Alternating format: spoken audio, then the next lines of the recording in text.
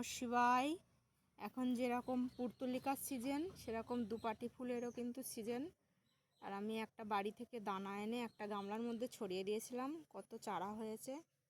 আর এইগুলো আমার বাড়িতে নিচেই হয়েছিল, সেগুলো নিয়ে এসেছি। একটা পাত্রে অনেকগুলো গাছ ভালো হবে না, ওর জন্য আজকে আলাদা করে দেব। টব নিয়েছি আর মাটি নিয়েছি, মাটির মধ্যে একটু গোবর সার মিশিয়ে নেব শুধু, আর কোনো রকম কোনো সার মেশাবো না, শুধু গোবর সার মেশাবো।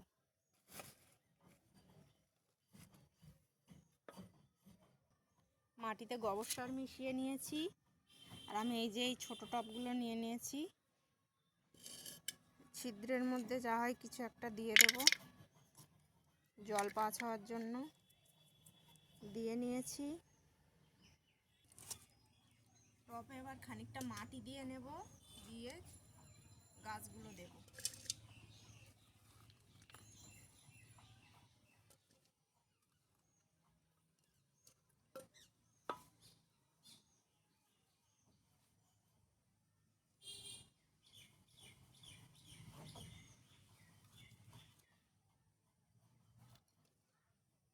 এই কালারটা আমার গোলাপি কালার, গোলাপি গোলাপি এক পাপড়ি, আর ওইগুলো হচ্ছে থোকা থোকা থোকা থোকা লাল কালার, খুব সুন্দর ওই দুপাটি ফুলগুলো।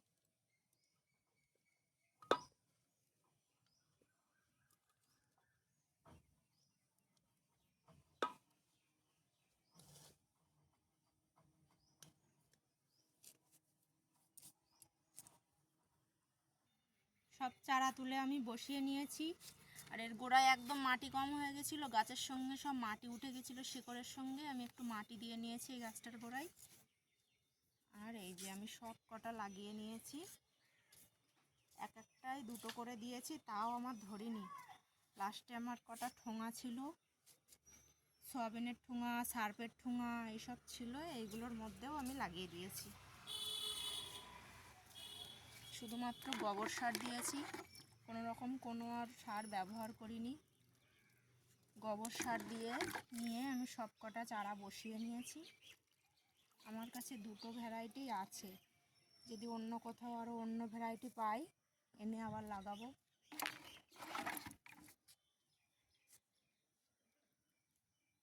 জল দিয়ে নিলাম।